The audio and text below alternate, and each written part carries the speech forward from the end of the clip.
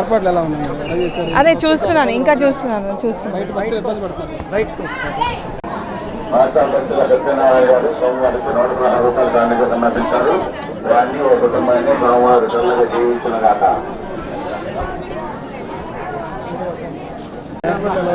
బాగున్నాయండి, మంచిగా దర్శనం అందరికీ బాగా అవుతుంది. క్రౌడ్ అందరు కూడా హ్యాపీగా ఉన్నారు. Thank you. బాగా చేశారు. Traffic, police, fire, health departments అందరూ కలిపి చేసి ఉన్నారు. ఇక్కడ అరేంజ్మెంట్స్ అన్ని సాటిస్ఫాక్టరీగా ఉన్నాయండి, బాగా జరుగుతుంది. ఇది పీక్ అవర్ కదా, ఈ 2 గంటలు ఎక్కువ పీక్లో ఉంటుంది అని చెప్తున్నారు. కొంచెం ఎక్కువ వచ్చారు ఈసారి భక్తులు కూడా. ఓకే, థ్యాంక్ యూ అండి. ఓం నమ శివాయ. నా పేరు పామర్తి సీతారామయ్య. నేను శ్రీ బలివే రామలింగేశ్వర స్వామి దేవస్థానానికి కార్యనిర్వహణాధికారిగా వ్యవహరిస్తున్నాను.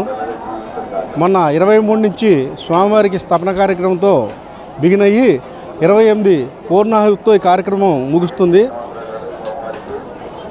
మహాశివరాత్రి ఉత్సవాలని పురస్కరించుకుని భక్తులకి ఎటువంటి అసౌకర్యం కలగకూడదని ఉన్నతాధికారుల వరకు ఆదేశాలతో విశిష్టమైన భద్రతా ఏర్పాట్ల మధ్యన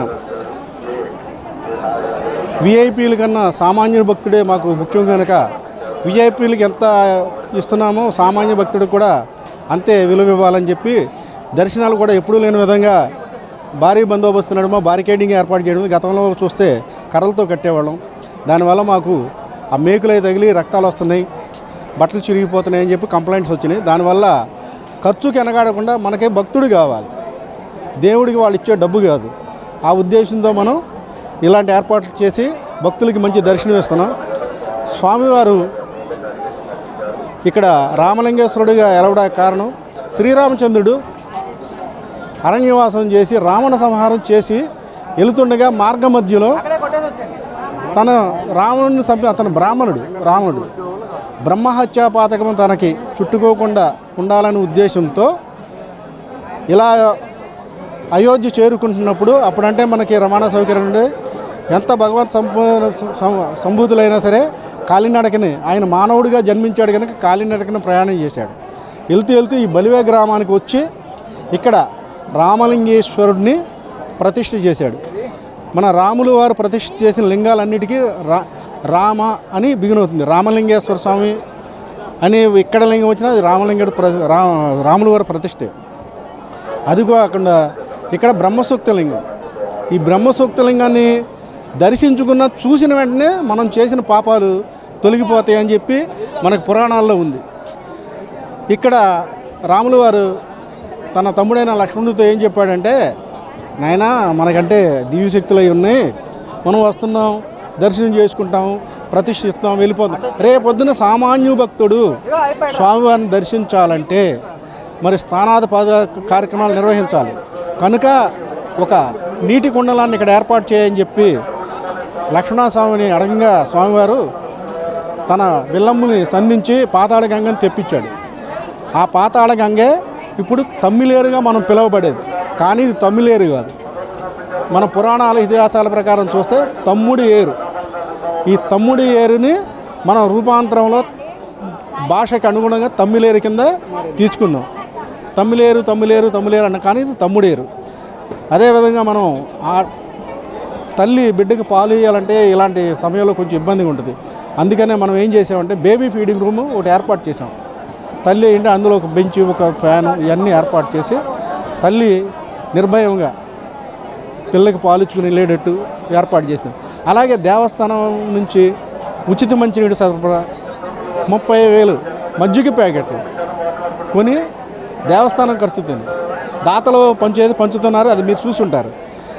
ఈ లోపల జరిగేదంతా దేవస్థానం వారు పే చేసి పంచుతుంది. భక్తులకు ఎలాంటి అసౌకర్యం. ఇప్పుడే మన జాయింట్ కలెక్టర్ గారు కూడా వచ్చి విజిట్ చేసుకున్నారు. ఆవిడ కూడా కొన్ని సూచనలు చేస్తున్నారు. దాన్ని ఇప్పుడు మేము రెక్టిఫై చేసుకుంటాం.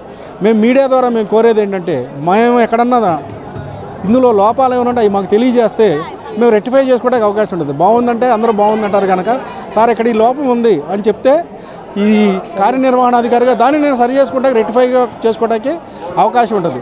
కనుక భక్తులకు జల్లు స్థానాలు కూడా ఏర్పాటు చేశాం ఈసారి. విపరీతమైన క్లౌడ్. ఎందుకంటే ఈ క్లౌడ్ ఎందుకు వచ్చింది, మనకి కొత్తగా వంతినబడింది. 3 స్థానఘట్టాలు వచ్చింది. 3 స్థానఘట్టాలు రావడం వల్ల భక్తులకి ఎలాంటి అసౌకర్యం కలగకుండా జల్లు స్థానాలు కూడా వృద్ధులు పిల్లలు ఉంటారు, వాళ్ళని జల్లు స్థానాల వరకే పరిమితం చేశాం.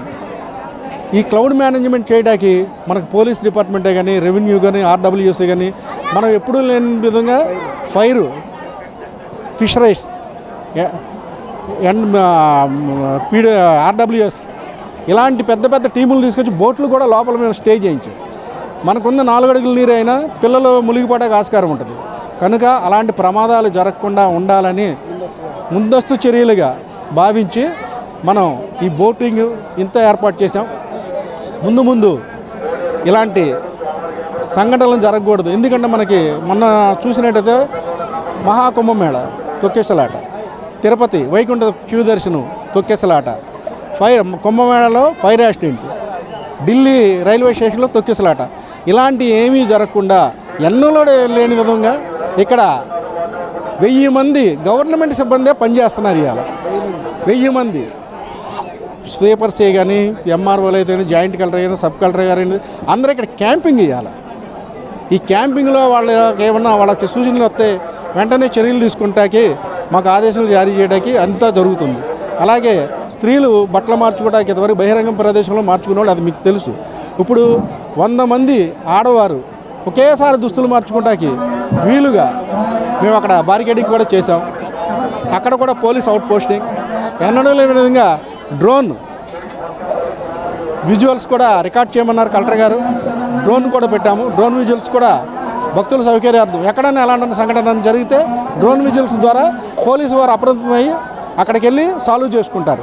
ఈ డ్రోన్ కంట్రోలు, సీసీ కెమెరాల కంట్రోల్ అంతా, మానిటరింగ్ అంతా మొత్తం పోలీస్ డిపార్ట్మెంట్ వారు చేసుకుంటారు.